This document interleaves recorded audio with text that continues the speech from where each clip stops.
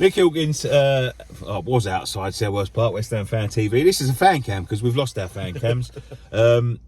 West Ham Fan TV. Dave, that weren't great, was it? It was Sunday League at times. I've played in Sunday League teams that have played better than that, to be fair. Just to go, like we knew he was going to be tired, right? Let's be fair. We knew that fatigue was going to play a part today because the players gave everything on Thursday.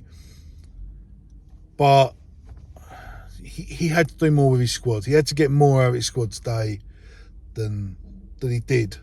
You know, it's one thing to lose a game in 90 minutes, and it's another thing to lose a game before the first whistle was blown. And I thought we lost it before the first whistle was blown today, to be honest. I mean, when you look at the way we was playing, look, I do understand European hangovers happen, but we were nowhere near them. I mean, they was passing it around for fun. We weren't getting tight to our men. 5 at the back he set up with Alvarez fitting in the back. Listen, he changed it at half time. He had 2 defenders on the bench. Ben Johnson's played centre back. Cresswell's played centre back in a free. How predictable is it that Ben Johnson is the go-to substitute every week, every single week? You know, when he looks to his bench, the first person he sees is Ben Johnson. But how has that? I mean, I've seen this. How has that happened? Because for about a year, he just ignored him altogether. Yeah, exactly.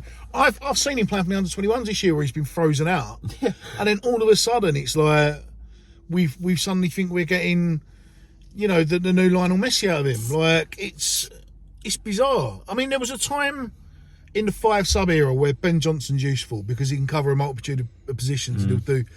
In this day and age, I just find it bizarre that he's your go-to man. You know, if you're David Moyes, that's the one we're going to turn to. You know, every week. Let's be honest. I'm going to be totally honest though. He's got no clue with subs, has he? He doesn't. He can't use his sub, and that's, you know. And I said to you earlier on, you know, he's the one that's chosen this Finn squad. You know, and that is what you're going to get out of a Finn squad. It's fatigue. It is. I mean, look, when we played Wolves, I come out of the Wolves game and I said then, it's on the fan cam, it's good to see him make some proactive substitutions, and it paid off, and hopefully he's going to learn a lesson from that. And he hasn't. You know, he's reverted to type. You know, we went out of Europe. Obviously, we've covered this. We went out of Europe because he set up with a game plan in both legs, and then didn't change it, and tiredness and fatigue set in. And it's just, he seems incapable, like, of learning from that mistake. And hopefully, fingers crossed now, we're going to get an announcement soon that, you know, David Moyes won't be having his contract renewed. What would you do? Would you do it now? Would you do that announcement now? Would that do us a favour? I would. Listen, I mean, the season's dead. The season's over. You know, we're not going to get Europe. If you look at the league, Chelsea are a point behind, 18 goals, better goal difference, 3 games in hand. You know, United and Newcastle sitting above us, games in hand, like 2 points clear with easier fixtures. At this point, the Fulham and this game were vital, weren't they? Really, they were. In that's killed us dead in a week. Yeah, absolutely. You know, if you get 6 points from those 2, you're sitting here and you're thinking like, chance. There's an outside chance. Maybe we'll get back into it this year. Obviously, the fact that it's not going to drop down to 8th now with the European run, you know, means we're not in a Conference League. Conference League will probably go 7th. It's, you know, there's nothing left to play for at this point. For what it's worth, I mean, if he hadn't won a trophy, I'd say he might as well just go now. You know, I hope that we can give him the rest of the season a Luton game and get a send-off. You know, thank you for everything you've done. You know what, Dave? I'm starting to worry what sort of send-off he's going to get. Because it just seems to me like, and I do think he deserves one, but the more I watch his teams and the more I see the crowd absolutely like screaming for his head, let's be honest, with every time that they go out there and they don't, you know, the Fulham game and this game is case in point. There's no effort there. There's no effort. The players are, he's clue. It just starts to worry me that it's going to be met with joy rather than a proper tribute that he needs. He should have, but I think he's burying his legacy. I really do. I think as well, don't you? I thought he got off quite lightly today because at 4-0 there was chance of you getting sacked in the morning and Moyes, what's the score? And that seems to be it. I mean, like, that could have carried on through the second half on the basis. I think it's irony. I think if they started going in the second half, I think it would have been met with what's the word? Anger.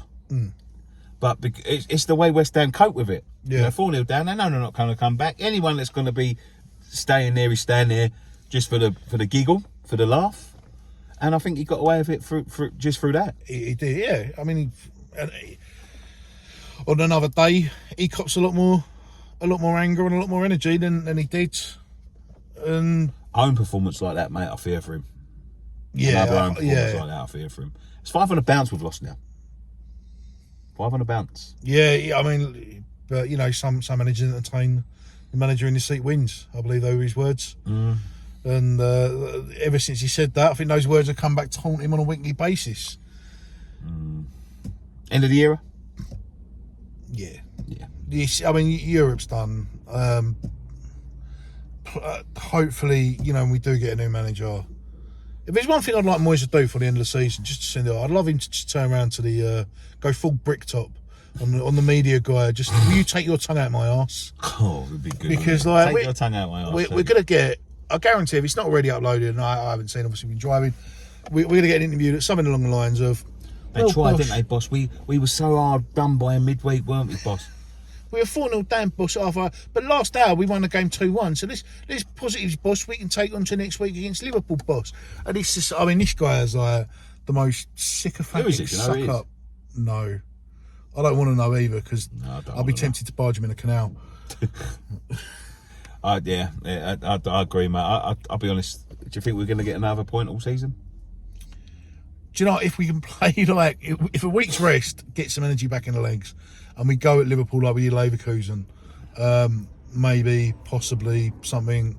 But I don't see us, the form Cole Palmer's in, I don't see us getting anything out of Chelsea. Nah, I can't see it. City's alright. City's always, even if Man City suffered the bubonic plague, on the morning of the match, David Moyes would still go there with okay, can we try and keep the score down mentality? And they're going to probably need to win that to win the league.